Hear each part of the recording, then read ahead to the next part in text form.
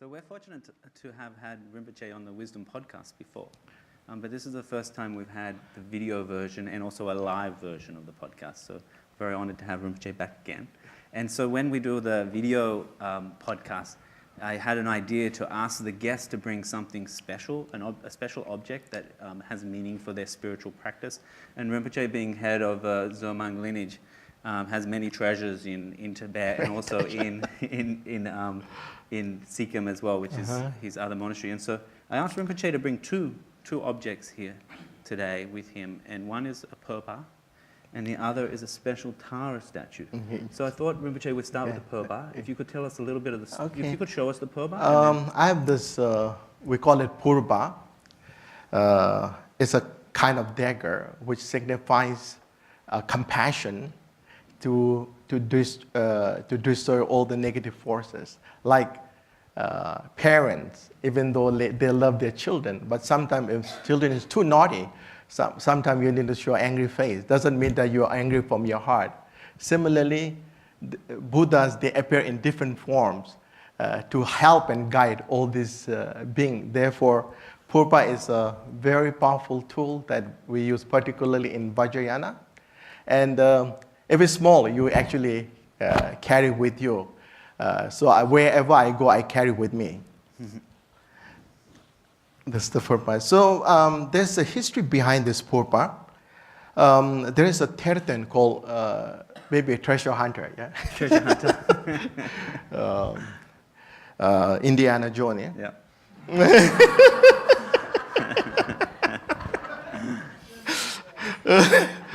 So, but this treasure hunter from Tibet, his name is Rinpoche, who is well known in Zurmang Gharwang lineage. He resides in Trungpa Rinpoche's monastery in Dusitel. So one day he said that, okay, I will discover something very precious, you know. So he brought everyone to this lake called Jamtsonama near, today we call it Yushu. It's in Nangchen. So he said, I will enter this lake. Whatever happens, nobody should scream or make sound, you know. That's at least you should do. So the moment he entered the lake, and the lake started boiling and start throwing everything, you know, from the lake. So everybody was so frightened, they started running everywhere and screaming. And that's the time that, you know, there's a, similar to like demon, you know, it sounds very funny. We call it a demon, Ludu Kalaraksha. He was sleeping inside the lake, and this purba was inside his throat. So, and then he was able to grab the purba. The moment he grabbed the purba, the noise started coming out, you know, from the people screaming, you know. Suddenly the demon wake up. When he breathed, the breath touched one part of left face of Teten Rinpoche. So according to history, his half face is dark because of the poison. So this is the purba, you know. It's we call it sky iron. You know, it's made from sky iron, something material. What do you call that? Namcha, sky. Namcha, we call it namcha. So this is the purba, you know. It looks like a wedding ring, but it's not wedding. So normally, you know, probably, you know what normally we just, you know, carry with us. We never wear like this.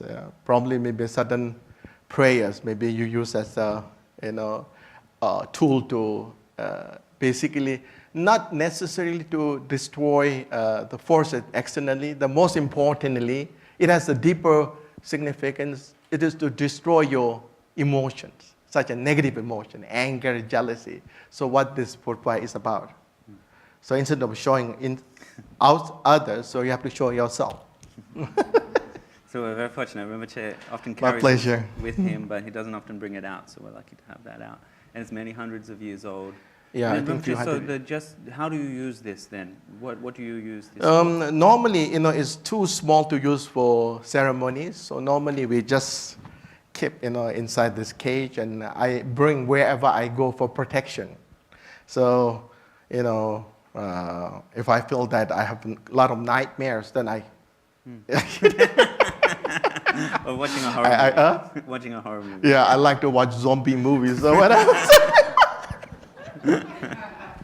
So I like to keep with me. So it really helps me. Protection. Okay. Tochen Ropa Dorje, the tetra is used in Zurmang. So there are many, he discovered many terma, we call it terma, hidden treasure. There are many texts about Guru Rinpoche in many wrathful forms. So even today we practice, even in Sikkim, I practice every day. So this is like very much linked to my practice. Something wonderful. And then in Sikkim New Year, in Sikkim New Year, the monastery.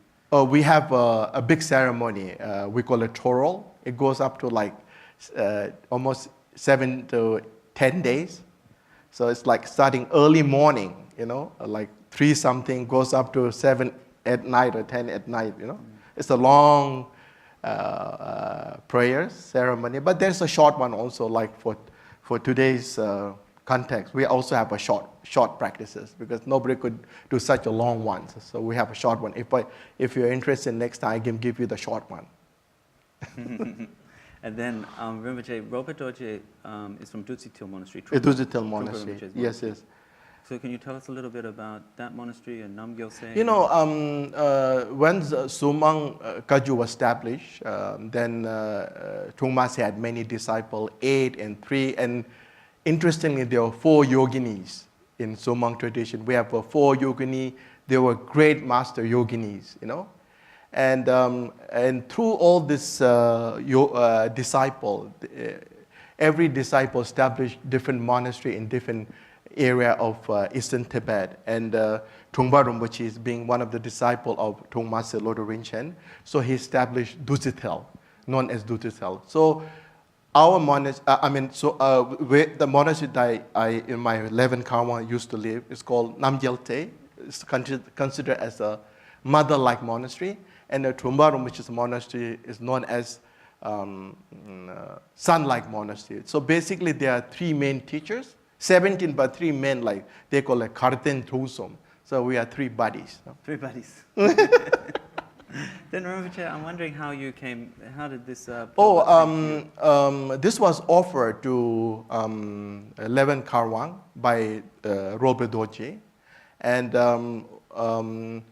then, then this was left in Tibet, with one of the student of 11 Gharwang. So when I went back, so he gave it back to me. So I have this. So previous Ropa Dorje gave offered to 11 Gharwang. And then since then I've been, I've been keeping this treasure. Is there the Ropa Dorje Tuku still in Tibet? Yeah. Now we are finding his reincarnation, and I have requested Sebeni Karmapa. His own is Sebeni Karmapa, and I just met him like 2 weeks ago in New York. He says, coming soon. Coming soon. Coming soon, he says. So I'm waiting for the good news. So breaking news on the wisdom time. And anything else on the anything more on the purba you want to say? I also have a statue, Tara statue. Yeah. Do you want to... One thing I have to really, say, I've been in this halls for so many times, and I've been as a student, and today I've been here teaching. I feel a bit funny. The feeling is so different. Yeah. Because I came to this hall many times because when I was studying in the extension school. I'm still a student, not yet graduate, so it's so different feeling to be again teaching here. Yeah, it's funny. Rinpoche was in Chris Berlin's class. Like maybe 5 years ago. Yeah. Was it 5 years ago? No, 2 years. 2 years. 2 years. Yeah. 2 years since you've been here. Yeah. Shall we talk about Tara? Tara, okay. This is a Tara. belong to, again, another terten. In Tibet, we have many terten. Like for instance, Guru Padmasambhava, before he left the world, he have hidden many treasure in different part of Tibet, in even in Bhutan, many places, for the future generation. So there are like 25 different disciples of 24 disciples of Guru Padmasambhava. So they have this authorities and ability to rediscover. So this is again terma, is a Tara. This belongs to one of the Tertun. And when I met him,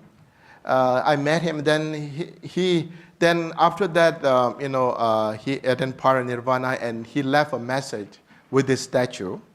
He had two statues. One of the statue was 13 Karmapa.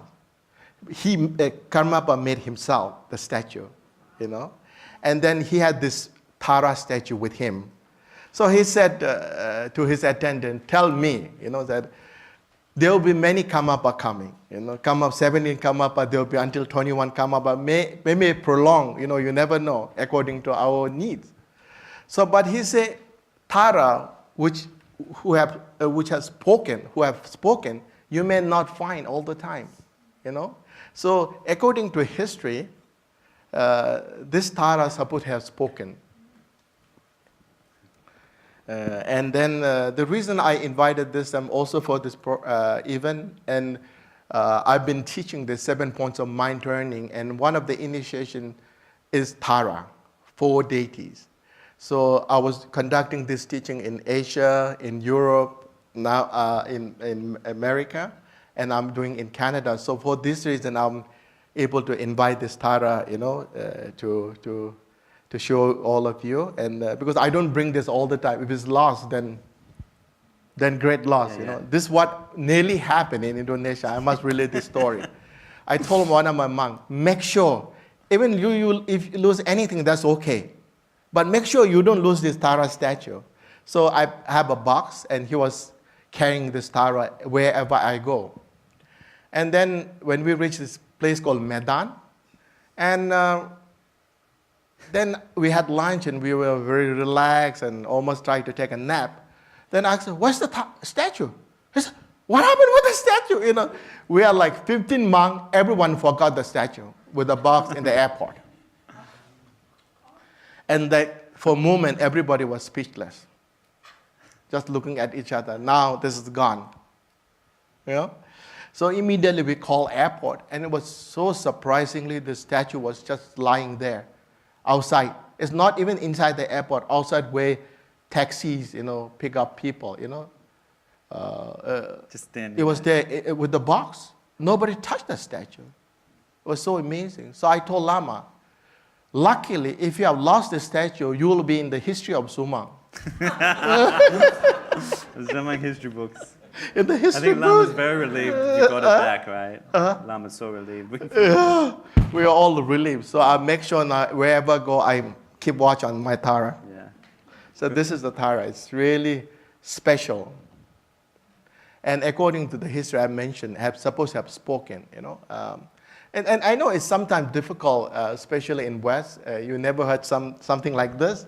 So it's maybe difficult to, accept and sometimes understand. I mean, maybe due to culture, and I know this is hard, but this is what it is, So I have to tell you the truth. Like if you tell people in Qinghai, in Eastern Tibet, now we are planning, we're going to colonize Mars. If you tell them you're going to colonize Mars very soon, they will get shocked. Nobody really, even there's a Mars there. But that's what it is, So we just want to know what Tara said. Oh, this is a green Tara. No, what did Tara say? Hi guys.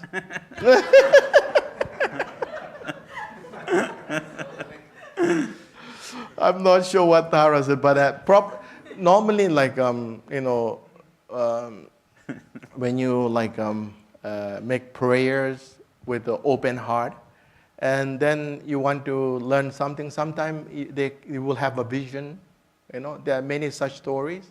And also there are such stories that, you know, Tara made speak to you, like in Bodh Gaya. If you go to Bodh Gaya, on the left side there is a small Tara altar. And this is the Tara who said to Atisha, you should go to Tibet. It will be meaningful. You know? So there are such stories. There's lots of such stories in Tibet. Maybe not in West.